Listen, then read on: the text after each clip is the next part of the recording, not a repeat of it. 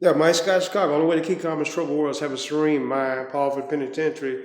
I'm in here with Linda. Linda, how you doing, Linda? I'm doing good. Yeah, Linda. How do you said you had? How did you go from having a GED to get your? Tell me how many degrees you got. How do you go from I having a went G? from a GED to a master's degree, and I guess I didn't even get the full impact of it myself. But when I got my GED, I thought I had my high school diploma. And when I found out that I didn't, I got into action. I was working in a beauty salon across the street from the place where I could get the GED. It was a lot of young people went through that, and to me, the young people had radios, was making a lot of noise, so I was here in recovery, and I just wanted them to quiet down, respect the teacher. And so I said to God, I don't know if I'm gonna be able to do this. So I told the teacher that I was getting ready to take the test. She told me she didn't feel that I was ready. But I prayed to God. I said, God, I need to do this and I need to do it now. And I did. And I passed. And how you say how old are you now? How old are you? You say you are July the 14th, I'll be 70. I'm 69 years of age right now. Yeah, then you said like and you she's in recovery now. You said you had some and we talk about power of penitentiary. Linda told me something this morning. She said she could go from disorder to being in order. Yes. And she works with a lot of women. She sponsors a lot of women, and she's and you in the boat, and she's in recovery, right? Yeah. Because legalizing marijuana, they make it $1 billion in the state of Illinois, and we talk about stay away from alcohol, drugs, and stuff like that. Like we was talking this morning, is the drugs is the express train in recovery. It's like it don't stop. It don't stop. It no stops. It go right to throw you right in recovery. And you told me you had experienced some health issues lately. Yes, I've had cataract surgery on both eyes. Wow. I'm a breast cancer survivor, 22 years. I didn't lose my breast. They scooped some stuff out of it, and I put some stuff in it to make it look even. Wow. And I had a hip replacement in 2017. You had hip replacement? Hip replacement. Wow. And I'm a stepper. Yeah, and you're a stepper. She's a stepper. She can. Yeah. You say your son's teaching stepping too. Yeah, he's teaching stepping now. He took the place of me. Now they say this is my nephew, this is my son, and all that. And he did good with teaching stepping. He got paid for it. It went to another level. Now they can get $10,000 for a stepping contest. Oh, okay, yeah. Not in my time. I did win $150 in the stepping contest, and I really liked it. I was with Herb Clinton Jett, and then back in William, who was a real good bowler. Used to make money from bowling. You remember the Palisade Bowl, bowling alley? Bowling alley. Yeah. He was good. His body was chiseled. I said, do you remember the Palisade Bowling on 120 something horse? It was a bowling alley. Yeah. It's one now on 100 and Torrance, I think. I've been there. Bowling is pretty good for you. But anyway, going back to school, when I made 50, I got bored in the program. But I know how to stop making meetings. This is my life. And I want to thank you. Linda helped out with the, she was very active in the Zoom committee. And if it weren't for Zoom, this place wouldn't be open because she shared a lot of meetings on Zoom and no one was coming to meetings. And we talked about fear, and we lose our fear in the third step. We got freedom and stuff. And Linda, you said you wasn't you was kind of like afraid of the COVID, wasn't you? Because you said a lot of people your age was dying, right? Like flies dropping like flies, scared me to death. Yeah. I was trying not to be scared, but I was looking at TV. Yeah. And I was saying, I've heard it. I was saying, if you come through the disease of alcoholism and drug addiction, who gonna be scared of COVID? Bring it. Yeah. But they started making me scared when they locked us in. They locked us in, they locked the stores, locked the doors, stay in. That was kind of scary. I'd never seen that before. And we know, as far as you say you're another fellowship in disease of addiction, disease of isolation. So it's not good to be and you was able to communicate and network with a lot of people. You help a lot of women around in Chicago. Because see, in Indiana, you can go down to Indiana and they say you can carry a gun and we got death row sitting on the other side of us, and you can carry a gun in Indiana and don't need a permit.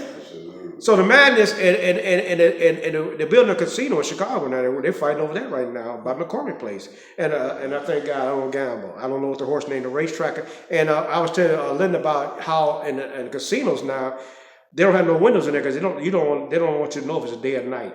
They don't want you to know if it's daylight, so they want you to go home. They want you to get broke. And we talked about placing ourselves and just to be hurt. The compulsion means doing something against your will, the obsession, the thought that blocks out all the thoughts. So, is it cool to be a square, Linda? It's so cool to be a square. I mean, you know, it was different. Peace is just something I wasn't familiar with. I used to have the radio and TV going at the same time. But now I prefer peace. And I will fight for my peace. They don't sound like they go together. But that's the reason why I stay in meetings. I'm just not confused that I need to stay connected. If you take the iron out the wall, it gets cold. Yeah. So I have to stay. We say keep coming back, but what about stay? Yeah. Need to stay. And I just love you all. And I don't say ain't nothing you can do about it because I don't like the way that sounds. So what part of the city were you born? Where were you born? Chicago. What part? County Hospital, South Side. Yeah. South Side. So you remember all the guys, and like the guys, you seen the lifestyle. Like I said, you know the lifestyle of what it used to be. Pimp players and hoes. Yeah. Used to be attracted to that because they used to dress their butt off. I like Bossalinas, Dobbs, Snakes, Wizards, L's.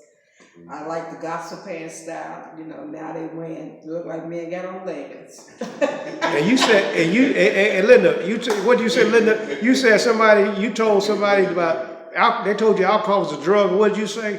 I said, I beg to differ, it's a beverage. I drink it with my bacon and eggs.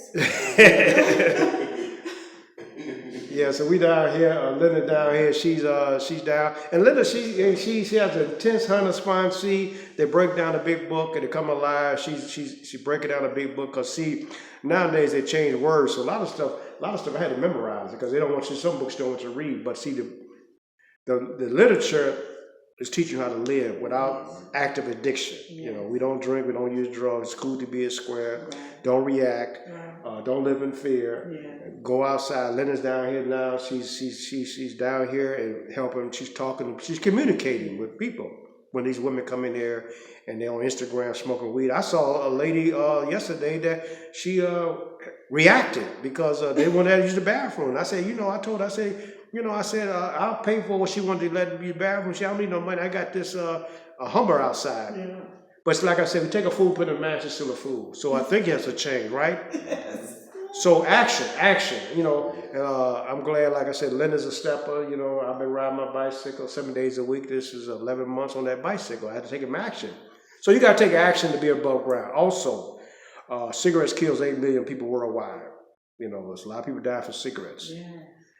Alcohol, 3.2 million people last year. So I'm just glad to be down here with Linda, talking to Linda. Like I said, she's one of the ladies that's glowing and working with the young ladies that come in recovery, and she's a mother to some of the young ladies that didn't have a mother.